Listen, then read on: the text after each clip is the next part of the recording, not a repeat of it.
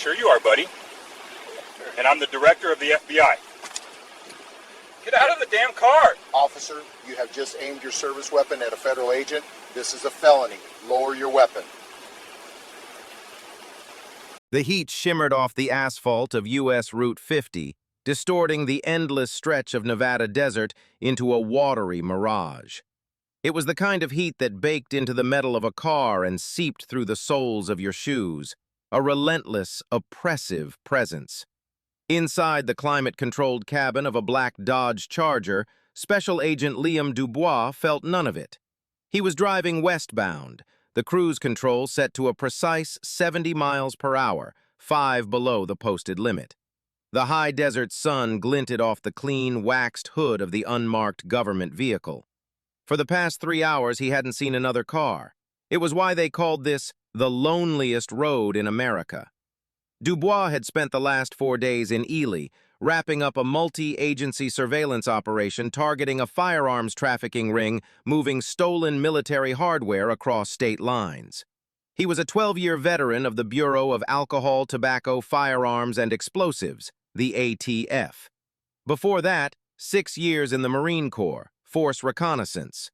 He was fluent in the language of patience, of observation, of controlled violence. His Glock 22, standard issue, sat holstered on his right hip. His credentials and badge were in a leather wallet in the center console, next to a satellite phone and a half-empty bottle of water. He was wearing a plain gray t-shirt and jeans. To any casual observer, he was just a man driving a nice car through the middle of nowhere. The flicker of blue and red in his rearview mirror was so unexpected, it was almost surreal. A white Washoe County Sheriff's Department patrol cruiser was closing the distance fast, its lights flashing silently in the vast emptiness. Dubois' eyes narrowed. He was in the middle of a barren landscape, with no turnoffs, no towns, not even a ramshackle gas station for another 50 miles. He hadn't been speeding. His registration was current. He had no outstanding warrants. There was no legitimate reason for the stop. He knew the protocols. He knew the statistics. And he knew the feeling that was beginning to coil in his gut, a cold, familiar knot of professional appraisal mixed with personal resignation. He signaled, pulling the Charger smoothly onto the gravel shoulder. He killed the engine and the cabin was plunged into a sudden, thick silence, broken only by the hum of the distant patrol car's engine as it parked 20 feet behind him, its front bumper angled toward the driver's side, a classic containment position. Dubois placed both hands on the steering wheel at the 10-2 position, his movements deliberate. He watched the rearview mirror. The officer who stepped out of the cruiser was white, maybe mid-30s, with a short, aggressive haircut and the kind of tightly wound posture that signaled either a rookie's nerves or a veteran's arrogance. His name tag, visible even from a distance, read C. Miller. Officer Miller left his door open. His right hand was already resting on the grip of his holstered sidearm. He didn't approach the passenger side, the standard safety procedure. He walked directly toward the driver's window, his boots crunching on the gravel with a slow, deliberate cadence. Each step was an assertion of authority. The Axon body camera on his chest was a single, unblinking eye, recording the sun, the dust, and the black man in the driver's seat of the expensive-looking car. Dubois didn't move. He kept his hands visible, his gaze steady, waiting. He had conducted hundreds of interviews, faced down armed suspects, and navigated the treacherous politics of federal law enforcement. None of it felt quite like this. This was different. This was the raw, unpredictable edge of the street, where procedure often gave way to prejudice. Miller stopped just behind the driver's side door, forcing Dubois to turn his head to see him. It was a classic power play, designed to disorient and intimidate. "License and registration," Miller said. His voice was flat, devoid of any courtesy. "May I ask why I was pulled over, officer?" Dubois' tone was even, respectful, the voice of a man who understood procedure. A flicker of annoyance crossed Miller's face. "I asked for your license and registration. Are you going to comply?" His hand, which had been resting on his weapon, now curled around the grip. The gesture was unmistakable. "They're in the center console. Dubois said, his voice remaining level. I'm going to reach for them now, very slowly. He moved his right hand from the steering wheel, telegraphing the motion. He didn't reach for the wallet containing his badge. Not yet. He reached for the glove compartment, retrieving the vehicle's registration and insurance. Then he moved his hand back to the center console, opening it. The leather wallet with the ATF shield sat on top. He paused, his fingers hovering over it for a fraction of a second. This was the moment of decision. The moment to de-escalate, or the moment to watch it all burn down. He chose to de-escalate. He bypassed the credentials, pulling out his civilian driver's license from a separate sleeve. He passed the documents out the window. Miller took them without a word, his eyes scanning the license, then looking back at Dubois, then at the car. "This is a nice car," Miller said. It wasn't a compliment. It was an accusation. "What do you do for a living, Mr. Dubois?" "I'm a federal employee," Dubois answered, his voice still calm, betraying none of the tension that was now a live wire inside him. Miller let out a short, derisive laugh. "A federal employee, right. Step out of the vehicle." It wasn't a request. It was an order. And it was an escalation that violated every protocol for a routine traffic stop. Dubois' training screamed at him. This was wrong. This was dangerous. The cold knot in his gut tightened. The sun beat down, the silence of the desert pressed in, and the officer's hand never left the butt of his gun. "Sir, with all due respect, there is no reason for me to exit the vehicle," Dubois stated. He kept his hands on the steering wheel, his posture non-threatening. He was giving the officer an out, a chance to step back from the brink. "You have my license and registration. If you need to run them, please do so." He was reciting protocol, establishing a record for the body camera he knew was recording every word, every inflection, every beat of silence. Officer Miller's jaw tightened. The challenge to his authority, however politely phrased, seemed to ignite a fuse. "I gave you a lawful order. Step out of the car. Now!" His voice had a new edge, a tremor of aggression that vibrated in the dry, desert air. His weight shifted forward, his body language screaming confrontation. Dubois took a slow, measured breath. The moment for de-escalation through compliance was over. Now came the moment for de-escalation through authority, his own. "Officer, I'm going to tell you something, and I need you to listen very carefully," Dubois said, his voice dropping slightly but gaining an unmistakable hardness. "I am a federal law enforcement officer. My credentials and badge are in the center console. I am armed, and my weapon is on my right hip, holstered. I am advising you of this for officer safety." The declaration hung in the air. For a moment, Miller's face went blank with surprise. It was a variable he hadn't accounted for. But the surprise was quickly replaced by a dark wave of suspicion, his eyes narrowing into slits. He had heard it all before. Every petty dealer, every parole violator, every wannabe tough guy had a story. They were someone important. They knew the chief. They were an undercover cop. It was always a lie. "Sure you are, buddy," Miller sneered, the contempt dripping from his words.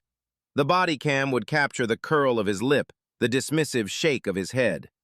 "And I'm the director of the FBI. I said get out of the damn car before I pull you out." "Officer Miller," Dubois said, his voice like stone. He used the officer's name deliberately, a psychological tool to cut through the haze of anger. "You are making a serious mistake. Reach into my center console. My credentials are right on top. You can verify them." But Miller wasn't listening to the words. He was seeing the image his prejudice had already painted. A black man in a car that was too expensive, in a place he didn't belong, defying his authority. The claim of being a federal agent was not a piece of information to be processed. It was the ultimate act of defiance. It was a mockery. "Hands on the dash! Let me see your hands!" Miller shouted, his voice cracking with adrenaline. "My hands are on the steering wheel, officer. They've been here the entire time. I'm done playing games." Miller's right hand moved in a blur. The sound of the thumb brake on his holster unsnapping was a sharp, ugly click in the silence. The Glock cleared leather and came up, leveled directly at Liam Dubois' chest through the open window. The black hole of the muzzle seemed to suck all the light and air out of the day. Dubois didn't flinch. His training took over, a cold wave of clarity washing over him. He assessed the threat. A county sheriff, mid-30s, agitated, weapon drawn without justification. His finger was on the trigger guard, not the trigger itself, but his knuckles were white. The distance was less than 5 feet. It was a fatal funnel. "Officer, you have just aimed your service weapon at a federal agent," Dubois said. His voice was unnaturally calm, a stark contrast to the scene playing out. "This is a felony. Lower your weapon immediately." "Show me your hands and get out of the car!" Miller screamed, spittle flying from his lips. He was trapped in a feedback loop of his own making. To back down now would be to admit he was wrong, to lose face. His pride, twisted by years of unchecked bias, wouldn't allow it. Dubois knew he had only seconds. He could draw his own weapon. The ensuing shootout would leave at least one of them dead on the side of this forgotten highway, and the truth would be buried with them. Or he could make one last attempt to pierce the officer's rage with irrefutable proof. "Okay," Dubois said, his voice placating. He raised his left hand slowly off the steering wheel, palm open and empty. "I am reaching for my credentials now, with my left hand, very, very slowly." He moved with an economy of motion that was almost painful to watch. His hand entered the vehicle's cabin, dipped into the center console, and came out with the leather wallet. He didn't flash it. He held it between his thumb and forefinger, letting it hang open. The afternoon sun caught the polished gold of the ATF shield, making it blaze with light. "Special Agent Liam Dubois, Bureau of Alcohol, Tobacco, Firearms, and Explosives," he announced, his voice carrying the full weight of the United States government. "Now, for the last time, Officer Miller, lower your weapon." Miller's eyes flickered from Dubois' face to the gleaming badge, then back again. The proof was undeniable, a solid, tangible object that shattered his narrative. But the hate was stronger than the truth. The sight of that badge, that symbol of a power and authority he felt this man had no right to possess, did not diffuse him. It enraged him. The gun did not go down. It trembled and then held steady, still aimed at the center of Dubois' chest. The standoff was no longer about a traffic stop. It was about a badge against a gun, and a man whose bigotry had pushed him past the point of no return. The silence that followed was heavier than the desert heat. It was a silence filled with the hum of Miller's engine, the frantic pounding of his own heart in his ears, and the low, steady breathing of the man he held at gunpoint. The gold badge swung slightly in Dubois' hand, a pendulum marking the seconds of a career that was about to end. For Miller, the world had narrowed to the front sight of his Glock and the calm, dark eyes of the man behind the badge. He had crossed a line, and his mind, clouded by adrenaline and rage, could not find the path back. Dubois recognized the state Miller was in. It was the dangerous precipice where an officer's training failed, and their most primal instincts took over. Fight or flight. Miller was all fight, trapped by his own aggression. Arguing further was useless. Pleading was pointless. Any sudden movement would be fatal. Dubois' mind, a finely honed instrument of tactical assessment, shifted from de-escalation to strategic survival. He needed a third party. He needed to activate a system that Miller was not a part of, a system the officer couldn't control. "Dispatch, this is 4 Adam 12, Miller said into the radio clipped to his shoulder, his voice strained. He never took his eyes or his gun off Dubois. "I have a situation here on Route 50, mile marker 112. Driver is uncooperative, claiming to be a federal agent." He said the words, "federal agent," with a sneer, as if it were the punchline to a bad joke. "Copy that, 4 Adam 12, a placid female voice replied from the radio. "Is the subject armed?" "Affirmative," Miller bit out. "Subject is armed." He omitted the critical context that Dubois had declared his weapon and status as a law enforcement officer. It was a lie of omission, a calculated falsehood to justify his drawn weapon. The body camera recorded it all. Dubois saw his opening. It was a narrow window, but it was enough. "Officer," Dubois said, his voice perfectly level, "you need to inform your dispatch that you are holding a federal agent at gunpoint. You need to tell them my name is Special Agent Liam Dubois, ATF, and you need to request a supervisor to this location immediately. That is standard protocol when encountering an armed federal officer." Miller hesitated. The mention of protocol struck a nerve, a faint echo of his academy training buried deep beneath his current fury. He knew the man was right, but admitting it, following that procedure, would be an admission of his error. "You shut your mouth," Miller snarled. "I'll handle my own dispatch." "Then I will have to contact mine," Dubois replied calmly. He slowly lowered the hand holding his credentials and moved it toward the satellite phone in the center console. Miller's gun twitched. "Don't you move!" "I am not reaching for a weapon, officer. I am reaching for my phone to contact my supervisor, as is my right and duty in this situation," Dubois explained, his movements fluid and deliberate. He never broke eye contact. "It is for your safety as much as it is for mine. Right now, only two of us know what's happening on this road. In 60 seconds, my entire agency will know." The threat, delivered with such unnerving calm, was more effective than any shout. The idea of the ATF, an agency with a reputation for relentless and overwhelming force, suddenly becoming aware of this lonely roadside standoff, seemed to finally penetrate Miller's rage. He didn't lower his weapon, but a flicker of doubt, of raw fear, entered his eyes. Dubois picked up the sat phone. He didn't dial his supervisor, not yet. He knew every county dispatch had a direct line to the state police. He also knew certain phrases were triggers, coded language designed to signal extreme duress without alerting a suspect. It was a system designed for hostage situations and undercover operations. It was about to be used on a uniformed officer. "Officer Miller," Dubois said, holding the phone but not yet dialing. "Will you be contacting your supervisor, or shall I request assistance from the Nevada State Police Dispatch directly?" He was offering one final chance, one last off-ramp from the road to ruin. The choice was Miller's. The seconds stretched out, each one a lifetime. The sun beat down. The engine hummed. "Dispatch 4 Adam 12, Miller finally said, his voice tight. "Have my supervisor give me a call on my cell." It was a compromise. A weak attempt to maintain control of the situation, to keep it contained within his own department.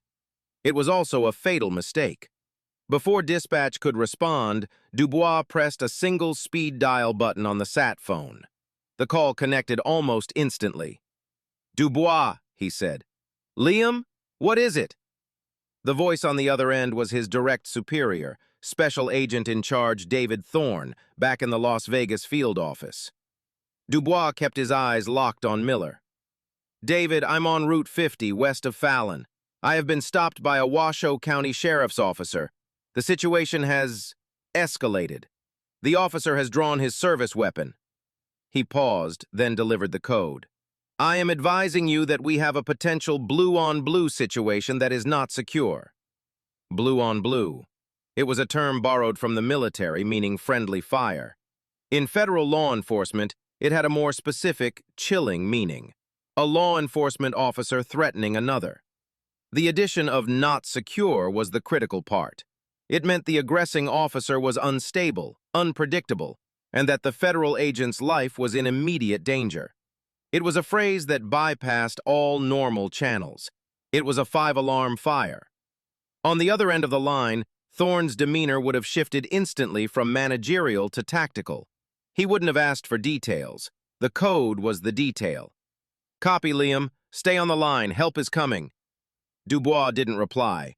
He simply set the phone down on the passenger seat, the line still open. Miller watched him, a confused, angry look on his face, unaware that a silent, digital tsunami had just been unleashed. State police, the nearest FBI office, and every federal agency in the state would now be receiving a high-priority alert. The cavalry wasn't just coming, It was already on its way, and it was coming for him.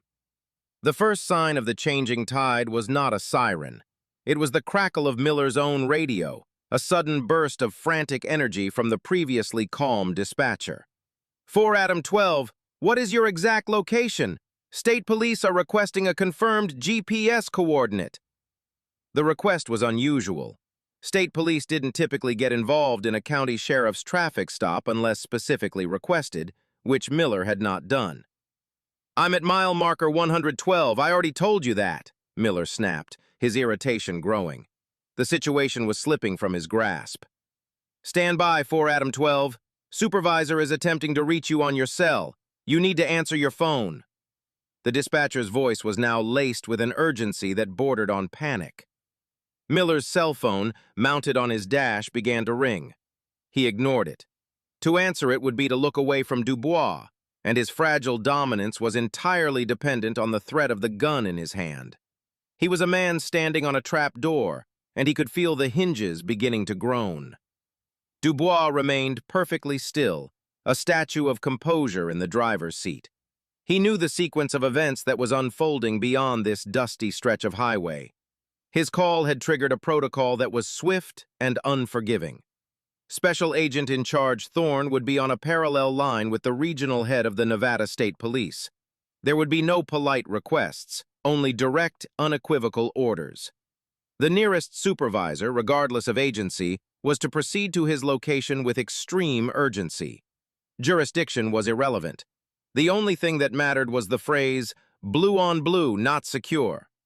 Less than 5 minutes later, a new shape appeared on the horizon behind Miller's cruiser. It was a dark blue state police vehicle, eating up the asphalt at a speed far exceeding the legal limit, its lights flashing but sirens silent. The silent approach was tactical, designed not to startle an already agitated subject. As it grew closer, Dubois could see the gold stripes on the side, denoting a command officer. This wasn't a patrolman, they had sent a boss. The state police car didn't park behind Miller's. It swung wide, using the empty eastbound lane before cutting sharply in front of the Dodge Charger, creating a physical barrier. The maneuver was executed with practiced, aggressive precision. The door swung open and a woman emerged. She was tall, with her blonde hair pulled into a tight, severe bun. She wore the crisp uniform of a state police captain, her expression a mask of grim determination. Her name was Eva Rostova, and she was the commander of the Northern District. Her sidearm was holstered, but her hand rested near it, a mirror image of Miller's own stance from minutes before. "County officer, this is Captain Rostova of the Nevada State Police," she yelled, her voice a whip crack in the desert air. "Identify yourself!" Miller, startled by the sudden arrival, half-turned. His gun remained pointed at Dubois, a suicidal act of defiance. "This is my stop, Captain. I have it under control," he shouted back, his voice thin and reedy. "You have nothing under control," Rostova shot back, taking 2 steps forward. "You have a weapon drawn on an unarmed man in his vehicle. Holster your weapon now. That is a direct order." She had deliberately framed it that way, for the benefit of her own body camera and any other recording devices. She didn't acknowledge Dubois's status. She was treating Miller as the sole, unambiguous threat. "He's armed! He claims he's a Fed!"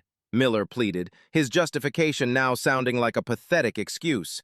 "I will deal with the occupant of the vehicle," Rostova stated, her voice dropping to a low, dangerous growl. "You have 3 seconds to holster your weapon, Officer Miller, or I will consider you a direct threat to my safety and the safety of the public." 1, 2. The spell was broken.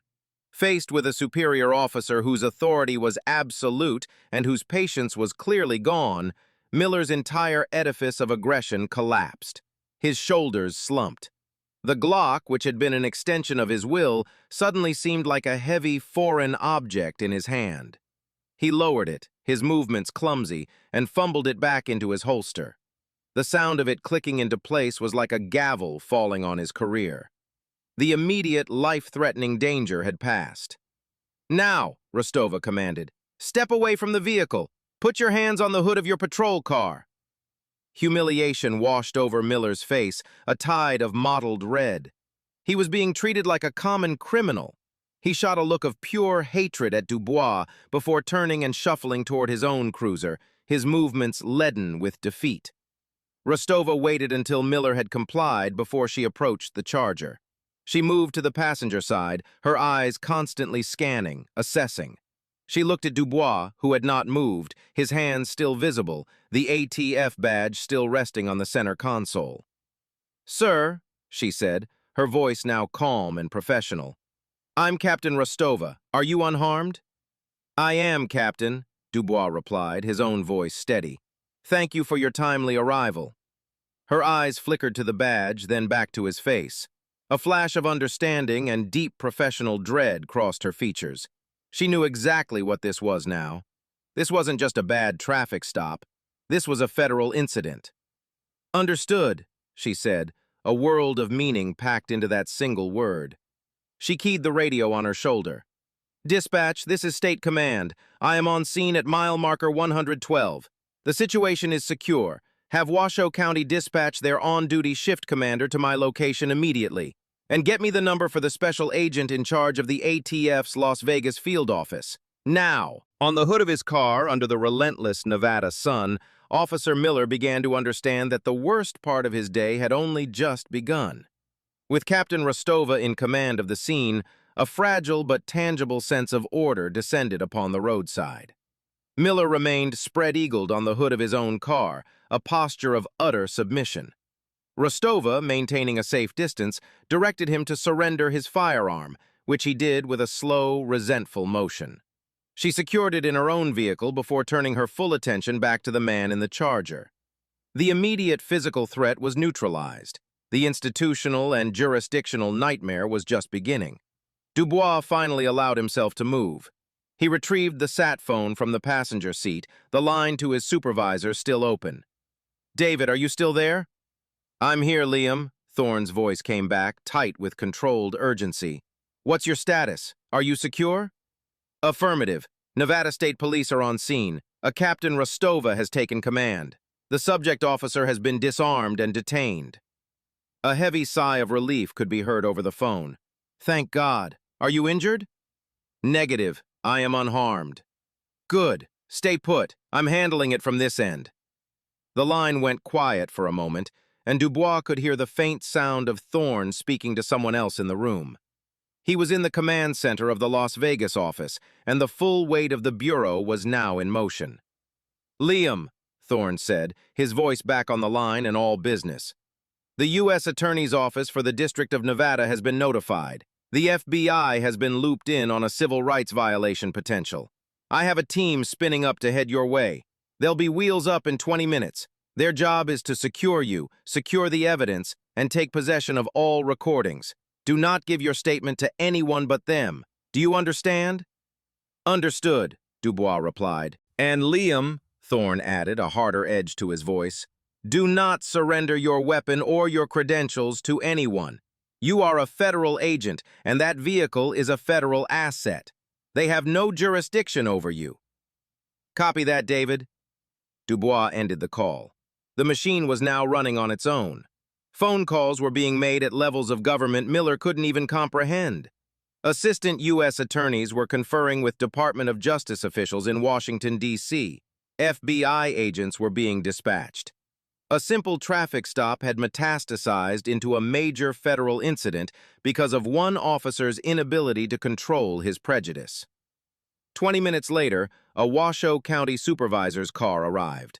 A portly, balding lieutenant stepped out, his face a mask of confusion and anxiety. He saw one of his officers being detained by a state police captain and walked toward Rostova, his expression pleading for an explanation. Rostova met him halfway, speaking in low, clipped tones.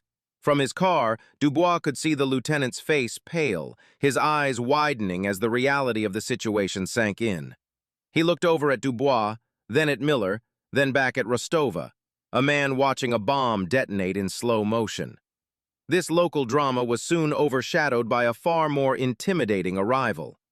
Two black Chevrolet Suburbans, the quintessential vehicles of federal law enforcement, appeared on the horizon, driving at the same high speed as Rostova had.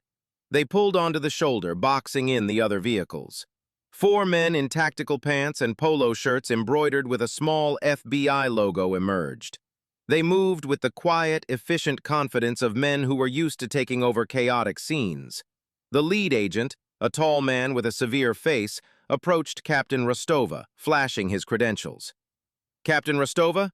Agent Miller, FBI. We're here for Special Agent Dubois." It was a statement, not a request. Rostova, to her credit, nodded without argument. She understood the chain of command, and in this moment, it ran straight to the federal government. 2 FBI agents went to Dubois' car. "Agent Dubois, we're here to escort you." Dubois stepped out of the Charger for the first time, his movements feeling stiff after the long, tense ordeal. He gave a slight nod to the agents. Another agent, a forensics specialist, approached Rostova. "Captain, we will be taking possession of your body camera footage, as well as the footage from Officer Miller's camera and his patrol unit's dash cam," the agent said politely but firmly. "A federal subpoena is on its way, but we'd appreciate your cooperation in preserving the evidence chain." Rostova knew better than to object. "It will all be preserved." The lead FBI agent then walked over to the Washoe County lieutenant, who looked as if he was about to be sick. "Lieutenant," Agent Miller said, his voice cold, "your officer, Derek Miller, is now the subject of a federal civil rights investigation. He is not to be questioned by your department. He is not to have access to any departmental systems. His locker and any personal effects at your precinct are now part of a federal warrant that will be served within the hour. Is that clear?" The lieutenant could only nod, his authority completely stripped away on the side of this desolate road. Dubois watched it all unfold. It was a textbook federal takeover, swift, total, and absolute. The local department was being surgically excised from the situation. From the moment he had uttered the words, "blue on blue," Officer Miller had ceased to be their problem.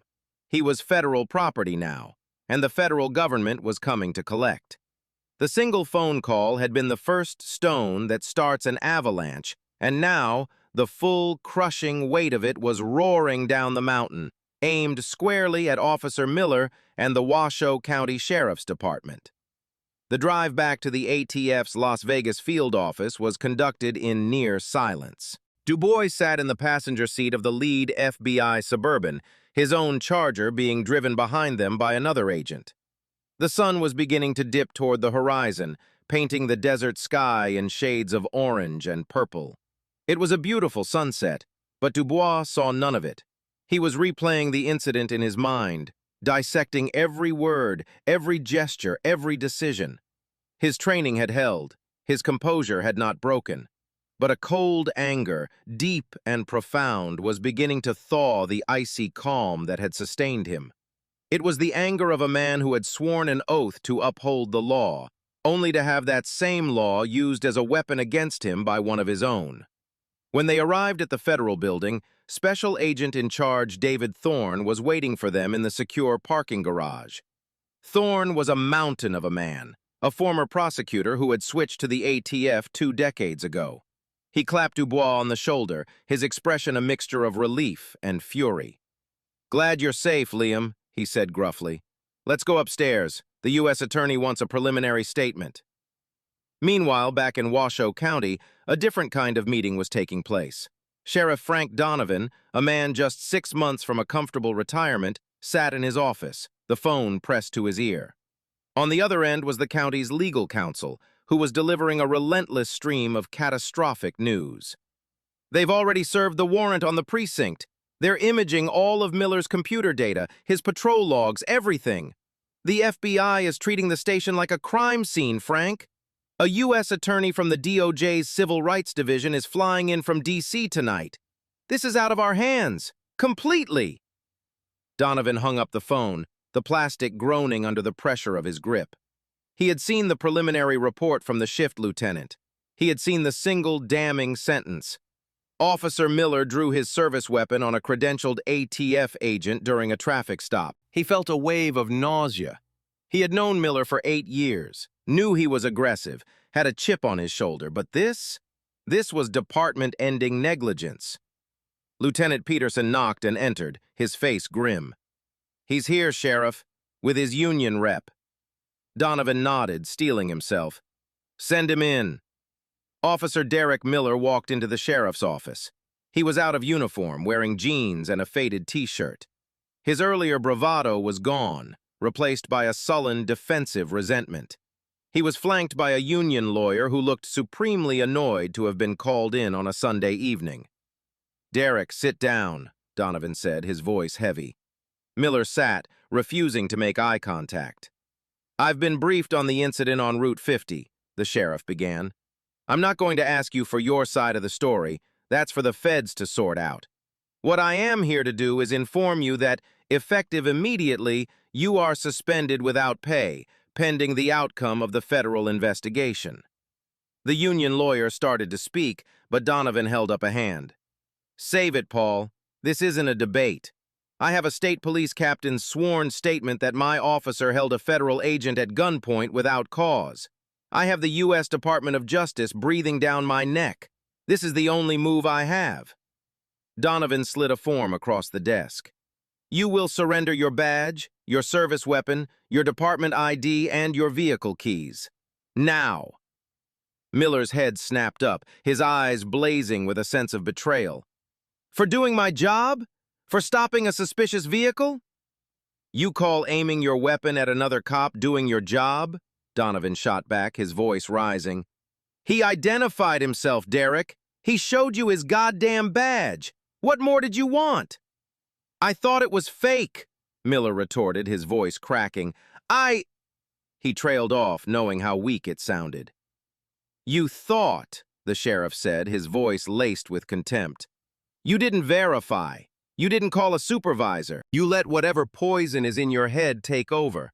And now you've brought a federal firestorm down on this entire department. So no, you don't get to talk. You get to sign the form, hand over your gear, and walk out of this building. One of my deputies will escort you. Defeated, Miller scribbled his signature on the suspension form. He unclipped his badge from his belt and placed it on the desk. The sound of the metal on the wood was funereal. Then came his ID, his keys. His entire professional identity stripped away in less than a minute. After Miller had been escorted out, a shell of a man whose career had just evaporated, Sheriff Donovan unlocked a large filing cabinet in his office. It was where the sealed personnel files were kept, the ones containing internal affairs investigations that had been quietly dismissed or buried. He pulled out the thick folder with Miller, Derek C., printed on the tab. He had a sinking feeling he already knew what he would find. He opened it. It was worse than he thought. Over his 8-year career, Miller had accumulated 17 citizen complaints. 12 of them were for harassment during traffic stops. 9 of those 12 complaints had been filed by minority drivers. There were 2 excessive force allegations, both settled out of court with non-disclosure agreements. There was a complaint from another deputy filed 5 years ago alleging that Miller frequently used racial slurs in the locker room. All of them had been marked unfounded or exonerated by an internal affairs system designed to protect its own. Donovan felt sick. The pattern was undeniable. It was all there, a detailed history of escalating aggression and unchecked bias. The FBI investigators wouldn't even have to dig. They would just have to ask for this file. He hadn't created the culture of sweeping things under the rug, but he had perpetuated it through inaction. He had overseen the department that had allowed a man like Derek Miller to wear a badge and carry a gun. His comfortable retirement had just vanished, replaced by the specter of federal oversight, lawsuits, and the public disgrace of his department. His career wasn't just over, it was ending in ashes, all of it packed away metaphorically in the same cardboard box as Derek Miller's. Within 48 hours, the federal investigation was operating with the brutal efficiency of a military campaign. The Washoe County Sheriff's Department was no longer a partner agency. It was a subject of investigation. A team of FBI forensic specialists, flown in from the elite cyber division in Quantico, descended on the precinct. They were not there to ask for permission. They were there to execute a warrant that gave them sweeping access to the department's digital infrastructure. Their primary target was the digital life of Officer Derek Miller, a ghost made of data that could not lie or be intimidated. The first and most damning piece of evidence was the body camera footage. It was downloaded, authenticated, and backed up on secure federal servers within hours of the incident. When played back in the sterile environment of a federal analysis suite, it was even more chilling than Dubois remembered. The audio was crystal clear. Miller's derisive laugh, his escalating shouts, the sharp click of his holster, his lie to dispatch about the driver being simply uncooperative. It was a complete, self-contained narrative of abuse of power. The footage from Captain Rostova's camera corroborated everything, capturing Miller's final, pathetic moments of defiance. But the body camera was just the beginning. The investigators pulled the hard drive from Miller's patrol car. On it was a record of every communication, every license plate check, every keystroke he had made while on duty for the past 5 years. They also extracted the GPS data, a relentless, second-by-second breadcrumb trail of his movements. They fed this raw data into a powerful analytical program, and a pattern began to emerge, as clear and undeniable as a fingerprint. Miller's assigned patrol zone was a sprawling, largely rural area in the southern part of the county. The GPS data showed that he spent the requisite amount of time there, but nearly every shift there were deviations. For an hour or two at a time, he would cruise far outside his designated zone, his vehicle tracing slow, methodical paths through 2 specific neighborhoods. These were the 2 most affluent, predominantly white suburbs in the entire county, areas known for luxury homes, high-end cars, and a near-zero crime rate. The investigators cross-referenced the GPS data with the logs from his mobile data terminal. The story it told was damning. During these excursions into the wealthy suburbs, Miller had run hundreds of license plate checks. Over 90% of those checks were on luxury vehicles: Mercedes, BMWs, Audis, Cadillacs. And every single one of those vehicles was registered to an owner with a stereotypically African-American or Hispanic surname. He was hunting. He was using the power of his badge and the tools of his trade to conduct a one-man campaign of racial profiling, looking for a reason, any reason, to initiate a stop. An analyst created a visual representation of the data, a map of Washoe County overlaid with a heat map of Miller's patrol activity. His designated zone was a cool blue. The 2 affluent neighborhoods glowed a fiery, angry red. It was a graphic illustration of his obsession. "He's not just a patrol officer, he's a predator," the lead FBI analyst remarked to the assistant U.S. attorney assigned to the case. "He leaves his territory to go where he thinks his targets will be. He's looking for black men in expensive cars." Agent Dubois wasn't a random event. He was the inevitable outcome of a years-long pattern of behavior. The digital forensics team then turned its attention to Miller's departmental computer at the precinct. They found his search history. He had repeatedly run background checks on minority community leaders, local business owners, and even a black minister, all without any corresponding case file or official justification. He was collecting information, building his own private database on people he deemed to be out of place. The final piece of the digital puzzle was his work email and official messaging accounts. While mostly professional, there were traces of the man beneath the uniform. Complaining emails to his union rep about reverse discrimination in promotion considerations.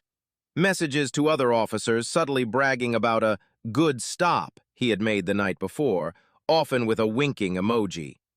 It was a culture of quiet complicity, a network of officers who knew what Miller was doing and, through their silence, condoned it. The digital ghost of Derek Miller was taking shape. It was the ghost of a bitter, resentful man who used his badge as a shield for his bigotry. Every piece of data was another nail in his coffin, hammered into place by the cold, impartial logic of machines. He had believed his actions were fleeting, lost to the empty roads and the forgetful minds of his victims. He had forgotten that in the modern world, everything leaves a trace. Every search, every mile driven, every word spoken into a microphone is recorded, archived, and stored. The FBI had simply followed the breadcrumbs, and they had led directly to the dark, ugly truth of who Officer Derek Miller really was. While one team of federal investigators was meticulously reconstructing Officer Miller's on-duty life from digital fragments, another was executing a second, far more personal warrant, one for his personal cell phone, laptop, and home computer. If the patrol car data showed what Miller did, these devices would show what he thought. They would provide a window into his soul, and the view was venomous. Miller had been forced to surrender his personal phone when he was suspended. The moment it was in their possession, FBI technicians created a forensic image of its entire contents, a perfect digital clone. What they uncovered was an echo chamber of racial animus and professional resentment, a closed loop where Miller's worst impulses were validated and amplified by a small, trusted circle of like-minded colleagues. The centerpiece of the discovery was a group chat on a popular messaging app. It was named the Wolf Pack. There were 6 members, all of them Washoe County Sheriff's deputies, including Miller. The chat history went back 3 years. It began as a typical work group, a place to complain about shifts, management, and bad calls. But over time, it had morphed into something far more toxic. The investigators, reading through the thousands of messages, watched the evolution of a hate group in real time. It was filled with racist memes, derogatory jokes about Black and Hispanic residents, and a shared sense of persecution. They saw themselves as a thin blue line, holding back a tide of chaos, and in their private world, that chaos was almost always personified by people of color. Miller was one of the most active participants. His messages were a roadmap of his prejudice. "Going hunting in the Heights tonight," he wrote one evening, referencing the affluent neighborhood where he frequently patrolled outside his zone. "See if I can't find some more undocumented shoppers." "Bagged another one," he texted a few months later, attaching a photo he'd secretly taken of a Black man sitting on the curb next to a new Cadillac Escalade. "Claimed he was a doctor. I made him wait 45 minutes while I verified his story. The look on his face was priceless." The other members of the Wolf Pack would respond with laughing emojis, words of encouragement, and their own stories of similar encounters. They celebrated each other's aggression. They offered advice on how to phrase reports to avoid scrutiny from internal affairs. They created a shared fiction where their harassment was proactive police work, and their victims were arrogant criminals who deserved to be put in their place. One exchange was particularly chilling. It occurred just 2 weeks before the incident with Agent Dubois. Another deputy in the group complained about a Black family who had moved into his neighborhood. "There goes the property value," the deputy wrote. Miller's response was swift and brutal. "Time to make them feel unwelcome. Start running plates on their guests. Stop them for going 2 miles per hour over the limit. They'll get the message." It was a clear, unambiguous conspiracy to violate civil rights, all documented in a casual text conversation. The assistant U.S. attorney, upon reading the transcript, knew the case had just expanded exponentially. This wasn't just about Derek Miller anymore. It was about the Wolf Pack. The other 5 deputies in that group chat were now subjects of a federal investigation, their careers hanging by the same thread as Miller's. The forensic team cross-referenced the dates and times of Miller's most incriminating texts with his patrol logs and body camera footage. They found a direct correlation. The night he bragged about bagging the doctor in the Escalade, his logs showed a 47-minute traffic stop for a burned-out license plate light, a stop that ended with no ticket and no arrest. The body cam for that incident, they discovered, had experienced a technical malfunction, and the video file was corrupted, a clear sign of intentional evidence tampering. The personal phone also contained his web browsing history. It was a cesspool of far-right blogs, anti-immigration websites, and conspiracy theory forums. He had spent hours consuming content that reinforced his belief that he was a victim, a righteous warrior in a world that was being taken from him. It was the fuel for the fire of his rage. The investigators had peeled back the layers of Derek Miller's life. They had seen the professional misconduct in his patrol data. Now, in the private, unfiltered world of his personal devices, they had found the motive. It wasn't about the law. It was about hate. It was about a deep-seated racism that he nurtured in the dark, shared with his trusted friends, and then unleashed on the citizens he had sworn to protect. The phone in the FBI's evidence locker wasn't just a communication device, it was a confession, and it was about to bring down not just one officer, but an entire clique that had mistaken their badges for a license to hate. With a mountain of digital evidence establishing Officer Miller's pattern of behavior and the hateful ideology that fueled it, the Department of Justice moved to the next crucial phase of its case, putting a human face on the data. The GPS coordinates, license plate queries, and boastful text messages were just numbers and words on a screen. To a jury, they needed to become stories. They needed to become people. The FBI was tasked with finding the other victims. Working from the list of names generated by Miller's illegal plate searches and the few details gleaned from the Wolfpack group chat, a team of agents from the Civil Rights Division began a quiet, methodical search. It was delicate work. Many people who have been harassed by law enforcement are reluctant to talk, fearing retribution or simply believing that nothing will change. They had to build trust to convince these individuals that this time was different. The first breakthrough came from the doctor in the Escalade that Miller had bragged about. Cross-referencing motor vehicle records, agents identified Dr. Alistair Finch, a respected orthopedic surgeon. When two agents showed up at his pristine suburban home, Dr. Finch was initially wary.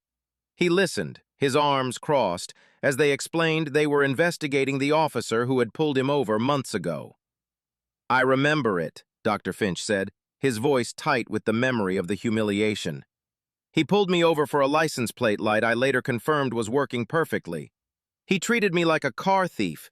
He made me sit on the curb in my own neighborhood for nearly an hour while he ran my information. My neighbors were watching. My children saw it from the window. I filed a complaint, of course.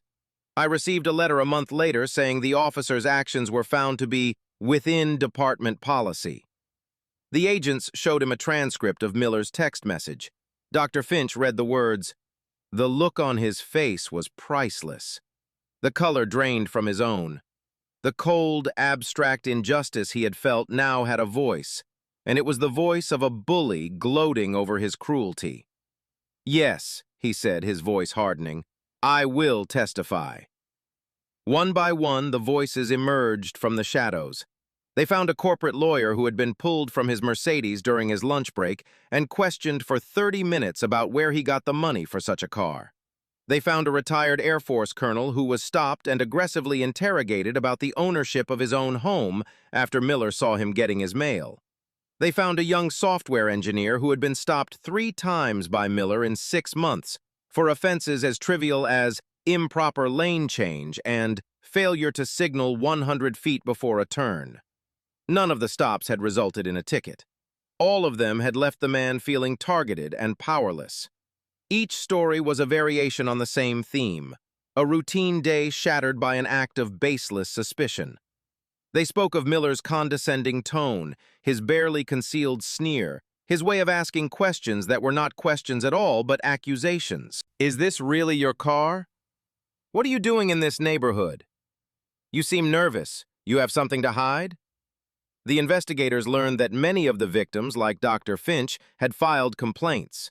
They subpoenaed the records of those complaints from the Washoe County Sheriff's Department. In every single case, Miller's version of events had been taken as gospel. His reports were masterclasses in fabricated suspicion. He wrote of furtive movements, evasive answers, and drivers who appeared nervous and agitated, all classic, unprovable justifications for prolonging a stop.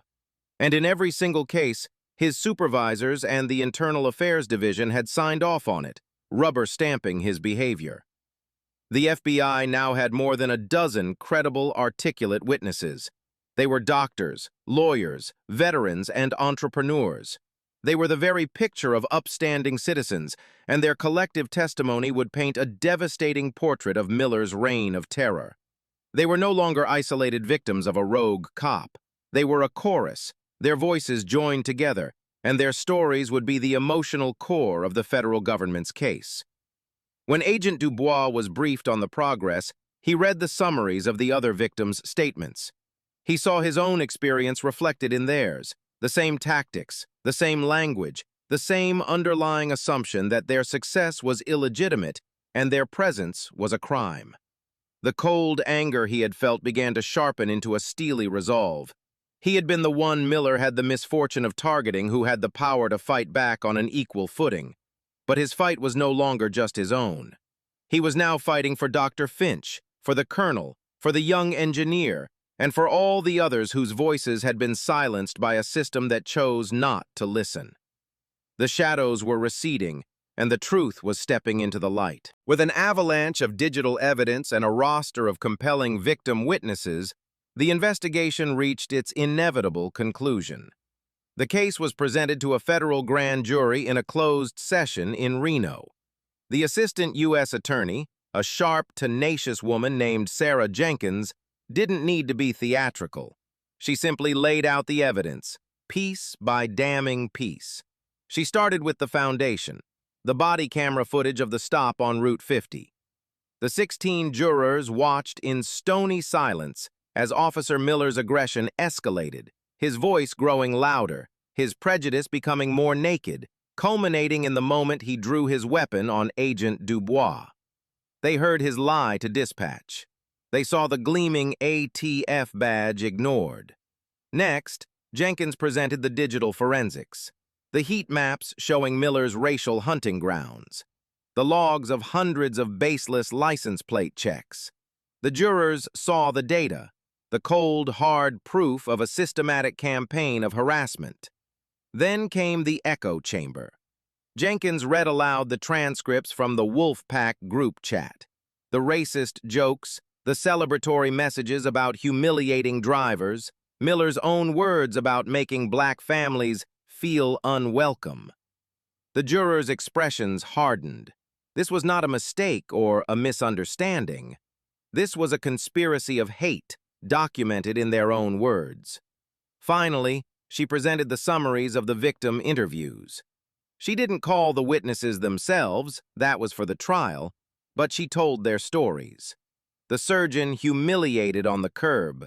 The veteran questioned about owning his own home. The lawyer interrogated about his car. Story after story, a pattern of abuse that was impossible to ignore. The grand jury deliberated for less than 2 hours.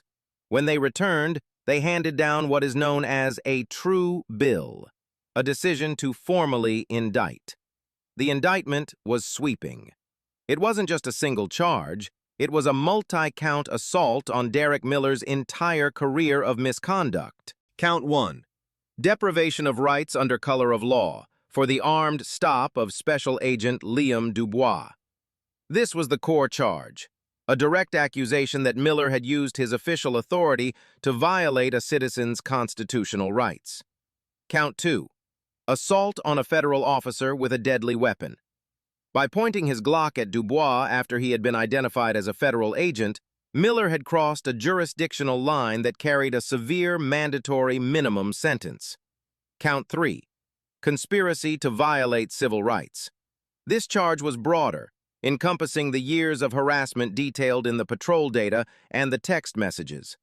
Crucially, it also named the other 5 members of the Wolfpack group chat as unindicted co-conspirators, putting them squarely in the legal crosshairs.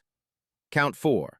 Falsification of records in a federal investigation for the malfunctioning body camera during the stop of Dr. Finch and other instances of deceptive report writing that were now part of a federal case. The indictment was unsealed the next morning. It landed on the Washoe County Sheriff's Department like a bomb. The other 5 Wolfpack members were immediately suspended. Sheriff Donovan, facing a firestorm of public outrage and an impending vote of no confidence from the county commission, announced his immediate retirement.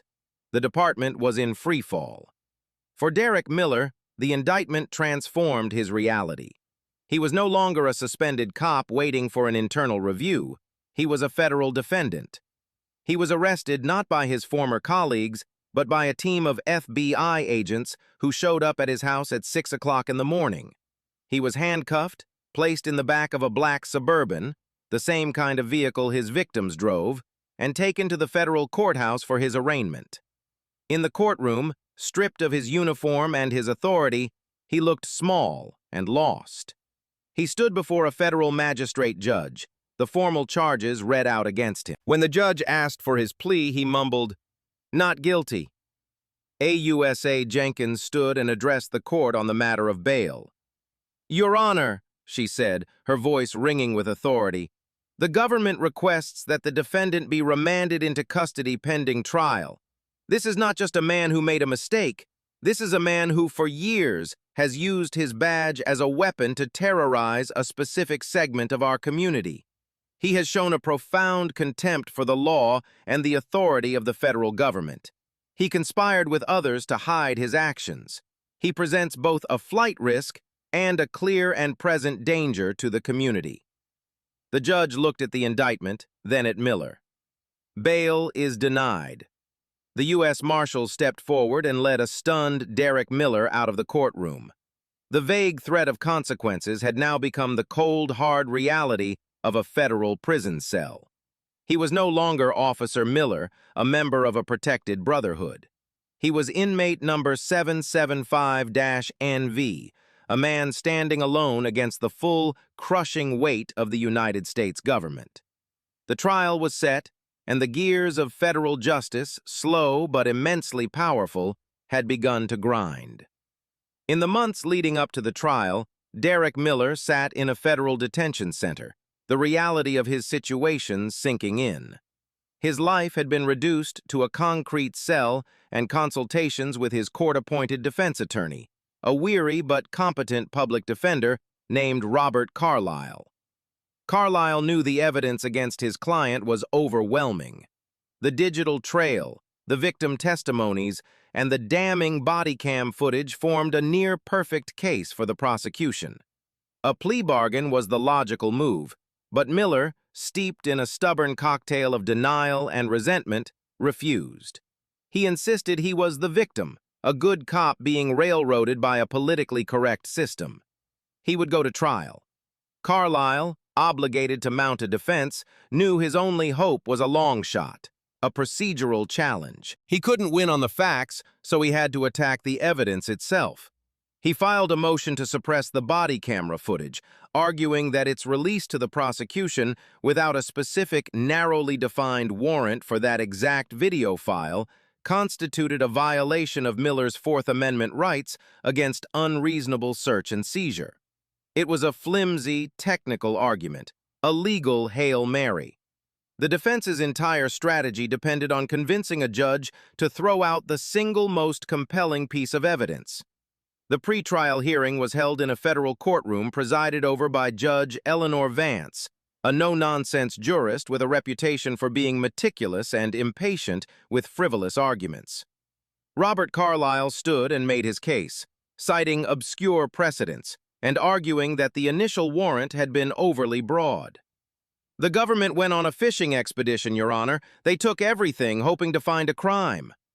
When it was her turn, Assistant U.S. Attorney Sarah Jenkins walked to the lectern, a thick binder under her arm. She didn't look at Carlyle. She looked directly at Judge Vance. "Your Honor," she began, her voice a study in controlled confidence, "the defense's argument is a desperate attempt to hide the truth from a jury. They want you to pretend this video doesn't exist. But even if, for the sake of argument, this court were to find some flaw in the warrant, which the government strongly refutes, the body camera footage is far from our only evidence. In fact, it's merely the front door to a mansion of corroborating proof." Jenkins then proceeded to systematically dismantle the defense's gamble. "The defense wants to suppress the body cam video? Fine. Let's talk about Captain Eva Rostova of the Nevada State Police. She will testify under oath that she arrived on scene to find the defendant holding a federal agent at gunpoint. Her testimony, and the footage from her own camera, is independently sourced and not subject to the defendant's motion." She paused, letting the weight of that statement sink in. "Let's talk about the dispatch logs. We have the official audio recording of the defendant lying to his dispatcher, claiming Agent Dubois was merely uncooperative, while omitting the fact that he was a declared and credentialed federal officer. That audio tells its own story. She turned a page in her binder. And let's talk about Agent Dubois' phone call to his supervisor, a call made on a secure federal satellite line. We have that recording, Your Honor. On it, you can hear Agent Dubois calmly state the facts of the situation, and then you can hear the defendant in the background shouting and aggressive. It is a real-time, third-party corroboration of the entire incident. Jenkins took a step closer to the judge's bench. The defense is trying to put out a bonfire with a squirt gun. They are focused on one piece of evidence because they know that every other piece of evidence tells the exact same story. The GPS data from the patrol car shows the defendant was hunting in a neighborhood far outside his jurisdiction. The text messages from his personal phone show his racial animus and his intent to harass minority citizens. The testimony of a dozen other victims will establish a clear, undeniable pattern of practice. She closed the binder with a soft thud. The body camera video is not the linchpin of our case, Your Honor. It is merely the clearest and most concise depiction of the defendant's criminal conduct. To suppress it would be a triumph of technicality over truth. The government has built a fortress of evidence around this man. The defense is trying to argue about the color of the welcome mat. Judge Vance listened impassively, her fingers steepled. When Jenkins was finished, she looked at Robert Carlyle. Mr. Carlyle, do you have a response to the government's argument regarding the mountain of corroborating evidence? Carlyle, his face pale, could only stammer, "We maintain our position on the warrant, Your Honor." Judge Vance's expression did not change, but her voice was edged with steel. "Your position is noted, and your motion is denied. The body camera footage is admissible. We will proceed to trial as scheduled." The gavel fell. Miller, sitting at the defense table, slumped in his chair. His one desperate gamble had failed. The door to the mansion of evidence was wide open, and the prosecution was about to lead the jury on a guided tour. There was nowhere left for him to hide. In the sterile, wood-paneled conference room of a neutral law firm, the stage was set for one of the most critical pre-trial events, the deposition of Special Agent Liam Dubois. A deposition is not a trial. There is no judge, no jury. But the testimony is given under oath and can be used to impeach a witness's credibility later in court. For Miller's defense attorney, Robert Carlyle, it was his one chance to probe for weaknesses in the government's star witness, to find a crack in the calm facade of the federal agent.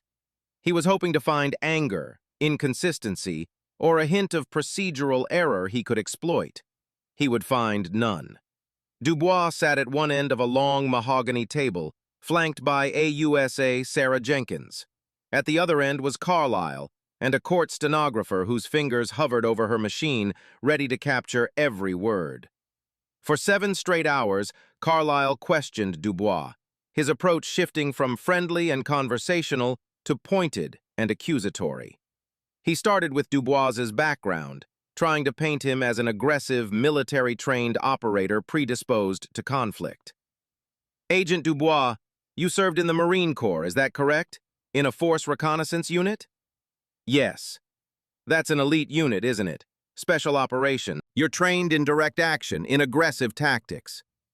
"I was trained to complete a mission while maintaining professional discipline under extreme stress," Dubois corrected him, his voice even.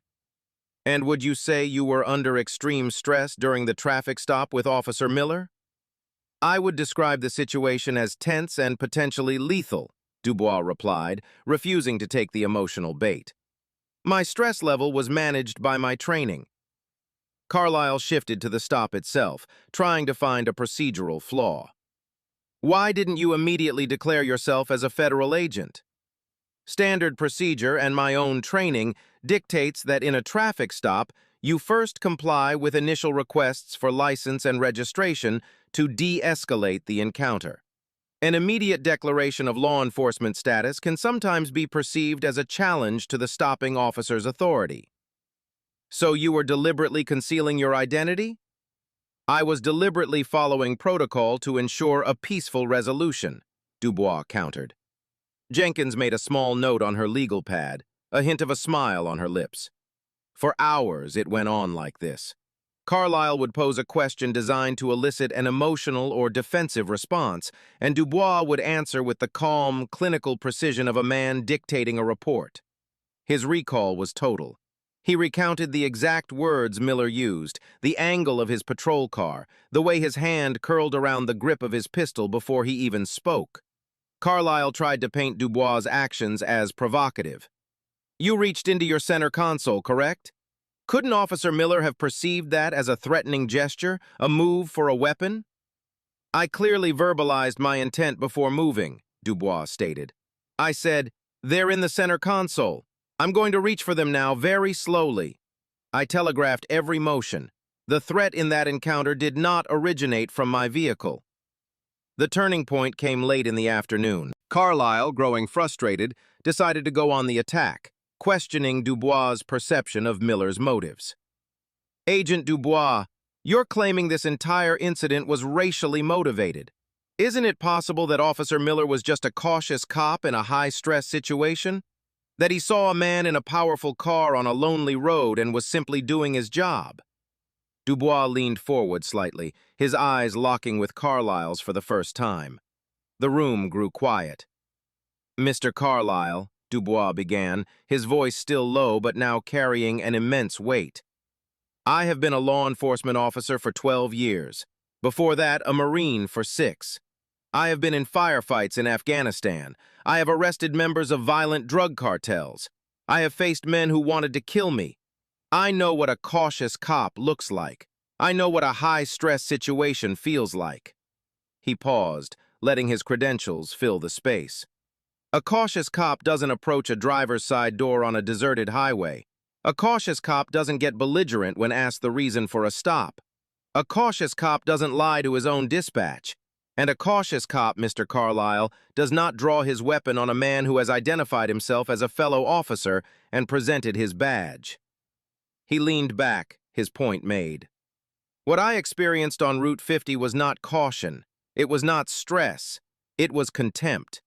It was an officer who looked at me and saw not a citizen, not a fellow cop, but a threat, based on a preconceived notion of who I was and where I belonged. That is not policing. That is prejudice with a gun." The stenographer's fingers flew across the keys, capturing the entire devastating monologue. Sarah Jenkins sat back, her work done for her. Robert Carlyle stared at his notes, his face ashen. He had hoped to find a crack in the witness. Instead, the witness had systematically, and with unnerving calm, sealed every possible avenue of his defense. He had no more questions. The deposition was over. The transcript would serve as a chilling preview of the testimony that would soon destroy Derek Miller in open court. The first day of the trial of United States versus Derek C. Miller began with an air of tense anticipation. The federal courtroom was packed. In the gallery sat journalists, civil rights advocates, off-duty cops watching with grim expressions, and several of the other men Miller had victimized over the years. At the defendant's table, Miller sat stiffly in an ill-fitting suit, a stark contrast to the crisp, authoritative uniform he once wore. He looked pale and diminished. AUSA Sarah Jenkins began her opening statement not with a dramatic flourish, but with a quiet, powerful promise. "Ladies and gentlemen of the jury," she said, "this is a case about 2 uniforms. The uniform of a dedicated federal agent, a man who has spent his life serving this country, and the uniform of a county sheriff's officer, a man who took an oath to protect all citizens equally. This case is about what happens when one of those uniforms is used to betray everything the other one stands for. We will not ask you to just take our word for it. We will show you." And show them she did. The prosecution's first move was to play the body camera footage.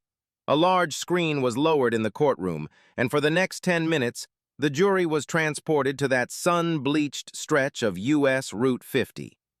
They saw the encounter through Miller's own eyes. They heard his aggressive, escalating tone. They saw Agent Dubois' unnerving calm, his hands always visible. They saw the gleaming gold badge presented, and they saw the gun that came up to meet it.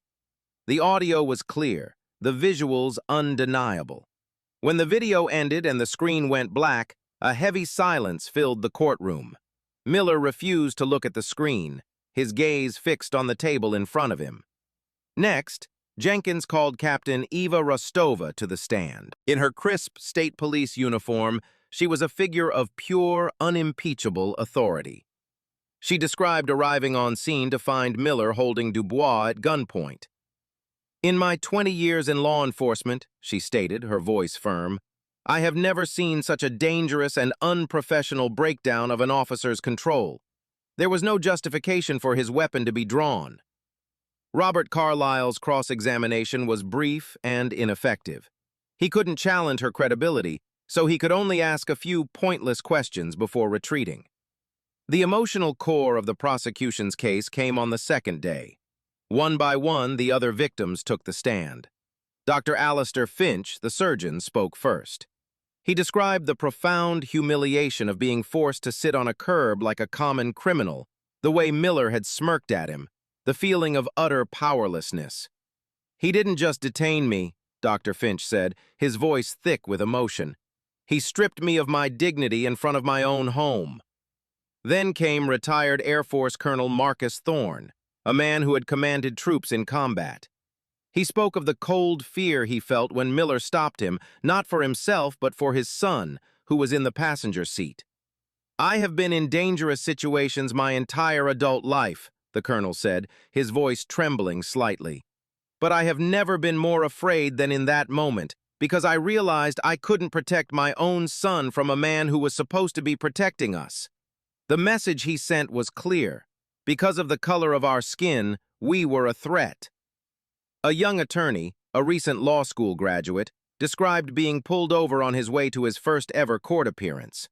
He spoke of the panic he felt as Miller drew out the stop, interrogating him about his new BMW, making him late and causing him to be reprimanded by the judge. "He didn't just cost me time," the lawyer said.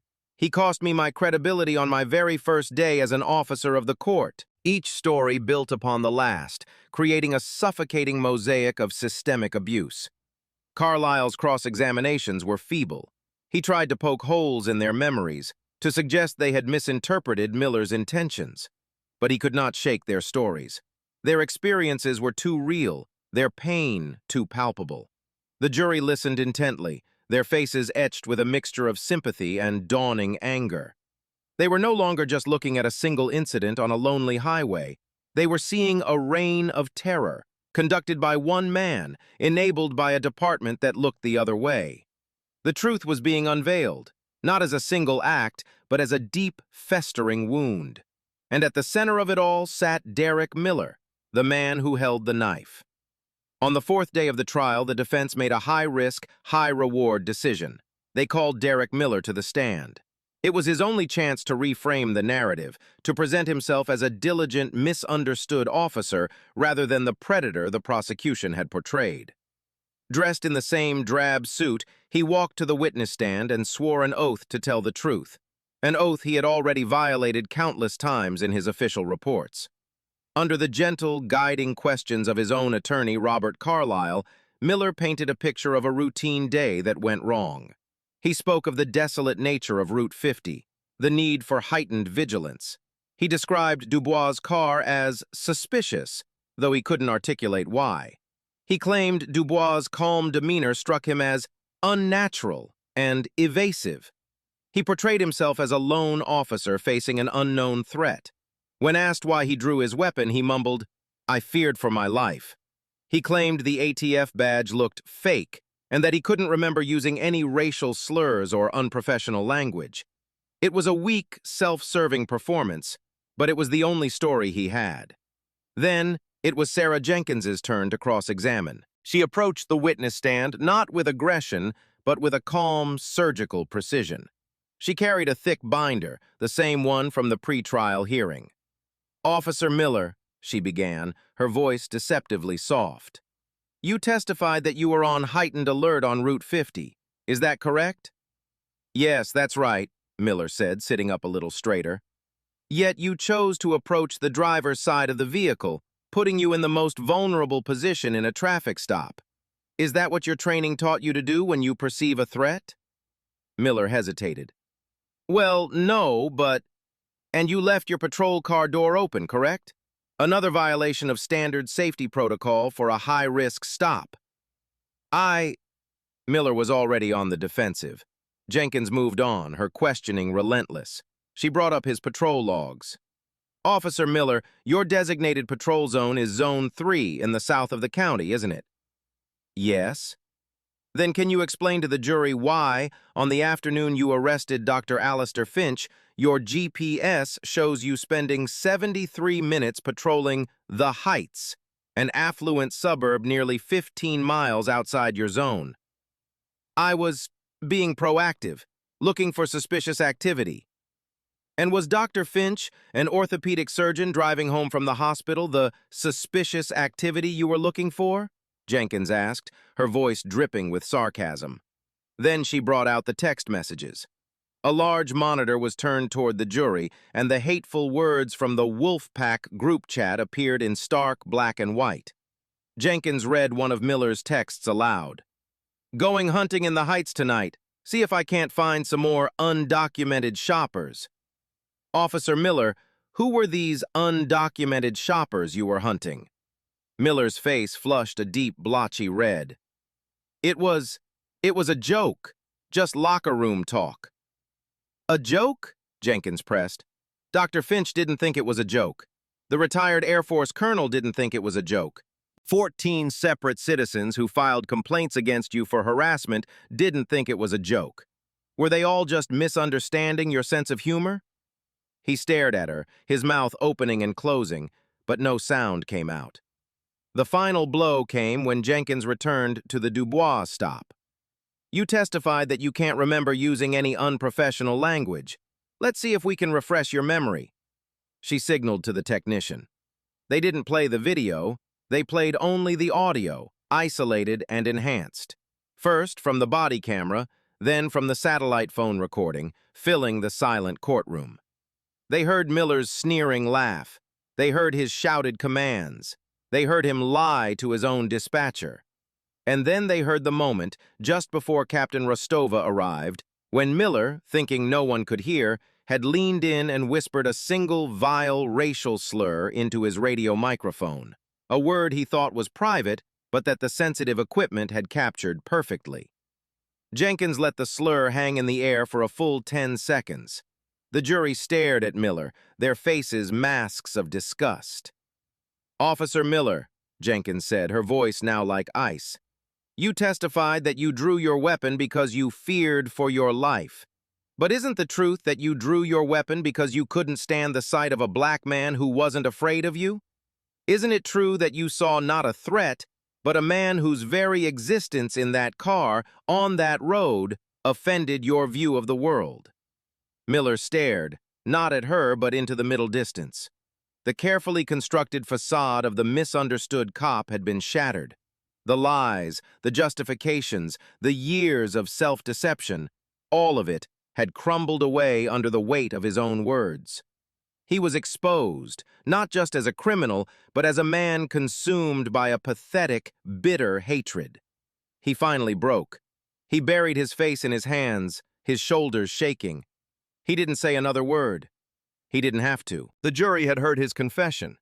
The jury deliberated for 90 minutes. It was a clear signal. A short deliberation after a long trial rarely bodes well for the defense. When they filed back into the jury box, their faces were grim and resolved. They avoided making eye contact with Derek Miller. The foreman, a middle-aged woman with tired eyes, handed the verdict form to the clerk.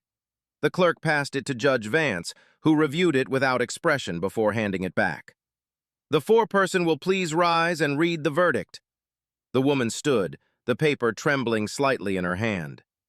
On the charge of deprivation of rights under color of law, in the case of Special Agent Liam Dubois, we, the jury, find the defendant, Derek C. Miller, guilty. A quiet gasp went through the courtroom. On the charge of assault on a federal officer with a deadly weapon, we find the defendant, guilty. On the charge of conspiracy to violate civil rights, we find the defendant guilty. On the charge of falsification of records, we find the defendant guilty. Guilty on all counts. Miller stood motionless, his face a slack, empty mask. The verdicts washed over him, each one a hammer blow. The reality of his future was crashing down on him. 6 weeks later, the same courtroom was packed for the sentencing hearing. This time, the atmosphere was even more somber. AUSA Sarah Jenkins argued for the maximum possible sentence under the federal guidelines. This was not a single lapse in judgment, she told Judge Vance. This was a career of terror. The defendant was not a flawed officer. He was a predator who wore a badge. He poisoned the well of public trust, and he endangered the lives of his fellow officers who do their job with honor. He has shown no remorse, only resentment at having been caught. Robert Carlyle made a weak plea for leniency, citing Miller's years of service and the lack of a prior criminal record. He tried to argue that the media attention had already punished his client severely. It was a hollow argument, and everyone in the room knew it. Then Judge Vance spoke, and her voice filled the courtroom with a cold, righteous anger. She looked directly at Derek Miller. "Mr. Miller," she began, "you took an oath. You swore to enforce the laws of this state and this nation without malice or prejudice. You swore to protect the public. But you perverted that oath. You used the authority vested in you by the people not to protect, but to intimidate, not to serve, but to subjugate." She paused, her eyes scanning the faces of the victims in the front row. "You hunted your fellow citizens. You saw the color of a man's skin as probable cause. For 17 seconds, you held a decorated federal agent at gunpoint, not because you feared for your life, but because your pride had been wounded. For 17 seconds, you were judge, jury, and executioner on the side of a highway. You decided who belonged and who did not. Your actions," she continued, her voice rising, "are a cancer on the institution of law enforcement. You are the reason good people fear the police. You are the reason the bond between communities and those sworn to protect them is so frayed. You have not just harmed the men you stopped, you have harmed every honorable officer who puts on a uniform and does the job the right way." She looked down at the papers in front of her, then fixed her gaze on him one last time. "This court cannot repair the damage you have done to the community's trust, but it can, and it will, enforce the law you so arrogantly disregarded.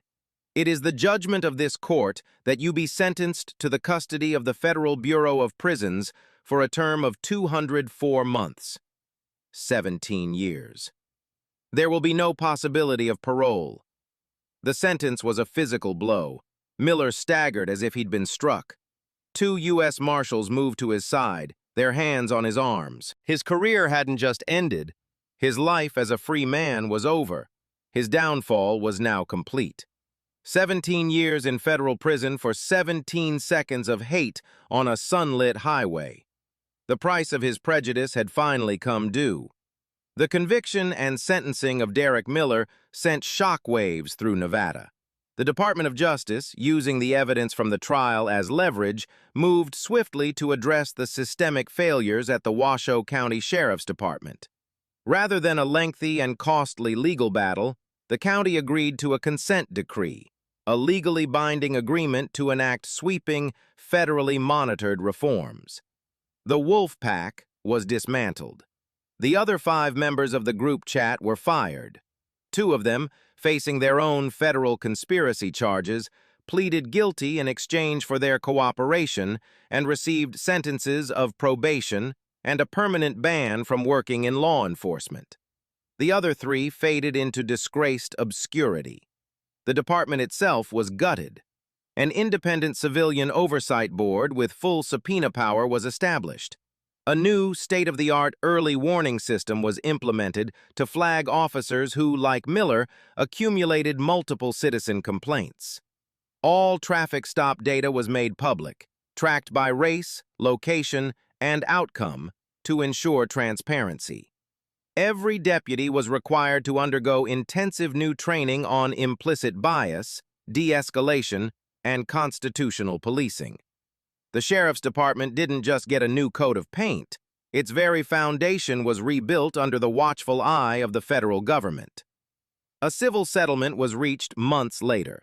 The county, facing an unwinnable lawsuit, agreed to pay a total of $10 million, divided among Agent Dubois and the 14 other victims whose stories had been brought to light.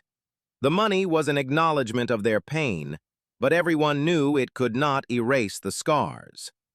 Special Agent Liam Dubois returned to his work at the ATF. He was offered a promotion, a desk job at headquarters in Washington, D.C., but he respectfully declined. He belonged in the field. He continued to investigate violent criminals, to take illegal guns off the street, his resolve deepened by his experience. He became an unofficial mentor to younger agents of color in the Bureau, a living example of grace under pressure. The incident on Route 50 had changed him, not by breaking his spirit, but by hardening it into something even stronger. He had seen the abyss, the place where the law ends and prejudice begins, and he had walked away, his integrity intact.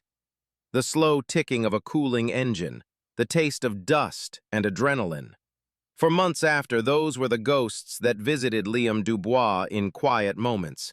He would find himself replaying the 17 seconds his life hung in the balance, not with fear, but with a cold, analytical fire. He wondered what he could have done differently. If he had announced his federal status the moment Miller approached, would it have de-escalated the situation sooner? Or would it have been seen as an immediate challenge, provoking an even more violent response? He concluded his measured, by-the-book approach had been the only correct path. It had given Miller every opportunity to walk back from the ledge, and in doing so, had created an irrefutable record of the officer's own choices. And what of Derek Miller? What combination of mediocrity, resentment, and indoctrination had led a man to that desolate highway, his heart so full of poison? Perhaps it was a career spent feeling overlooked, watching others get promoted while he remained a patrolman. Perhaps it was the echo chamber of the internet and his wolf pack friends, a constant drip of rhetoric that transformed his personal bitterness into a righteous crusade. He saw men like Dubois, successful, confident, driving a better car, and he didn't see a fellow citizen. He saw a symbol of a world he believed was leaving him behind, a world that had given something to another man that he felt should have been his. His gun wasn't just a tool of the law. It was an equalizer for his own feelings of inadequacy. He couldn't be what Dubois was, so he tried to destroy him. It was the pathetic final act of a man who had chosen prejudice as the foundation of his identity, and when that foundation was challenged, he had nothing left to stand on. The lesson, Dubois knew, was not just for the police, but for everyone. The world is full of moments where we are tested, where our biases are laid bare. The only shield against that darkness is an unwavering commitment to procedure, to evidence, and to the simple, profound truth that a person's character is not defined by the color of their skin. Documentation was his salvation. The open phone line, the body camera, the digital trail, they were the antibodies that rushed to fight the infection of Miller's hate. Without them, it would have been his word against a dead man's. What part of this story resonated with you the most? Have you ever witnessed a situation where someone's calm composure completely changed the outcome? Drop your thoughts in the comments below, and if you believe these stories need to be told, please like and subscribe. Your support helps bring the truth to light.